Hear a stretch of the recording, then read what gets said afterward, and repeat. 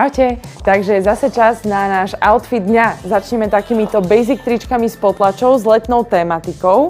Pokiaľ máte radi niečo elegantnejšie, tak vám určite odporúčam tieto veľmi zaujímavo šité saténové blúzky, ktoré sú výborne skombinovateľné s nohavicami, ale aj so sukňami.